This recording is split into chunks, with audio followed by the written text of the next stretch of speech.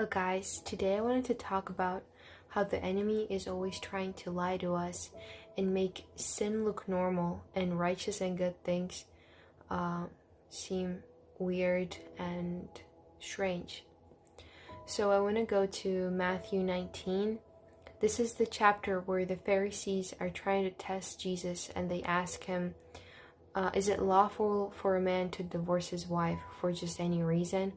And Jesus tells them,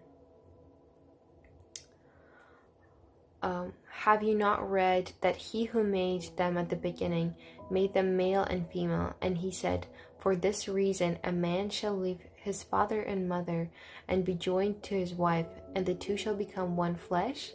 So then they're no longer two but one flesh. Therefore what God has joined together, let no man separate. So God is telling us here that when two people get married, when two people get together, instead of two people, they become one flesh. But the enemy tells us, no, it's okay to have a lot of partners.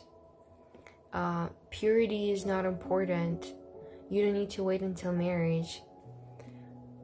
And now it's all seemed normal, but this is not what God has actually intended for us, because he's telling us that when two people get together, they become one flesh.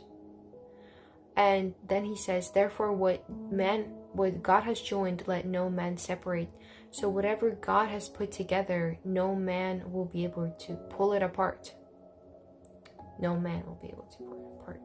So, you don't have to be worried about things not working out for you, because if it was from God, it'll be able to restore.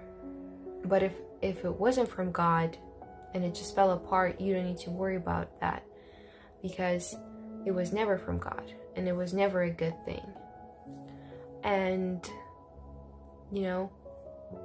if something is from God, it will never be able to fall apart. So we need to remember here that what God is telling us is very different from what the enemy is telling us. Enemy's telling us that purity is not important. We can have a lot of partners and it's normal. But God wants to remind us that was never how he intended things to be. That was never the nature of things. And then later on in the chapter, in line 16, a young man goes up to him and he asks